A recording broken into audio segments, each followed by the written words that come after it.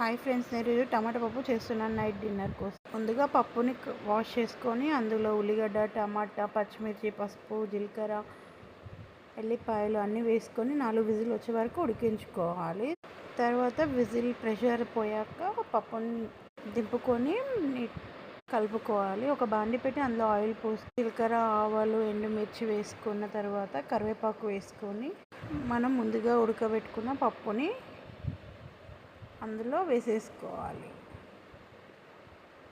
అన్నీ బాగా ఫ్రై అయ్యాక మనం ముందుగా ఉడకబెట్టుకున్న పప్పుని అందులో వేసుకోవాలి. అందులోనే రుచికి సరిపడా సాల్ట్ కూడా వేసుకొని పప్పుని ఆ పప్పులో వేసేసుకోవాలి. అంతే ఫ్రెండ్స్, ఎంతో టేస్టీ అయిన టమాటా పప్పు రెడీ.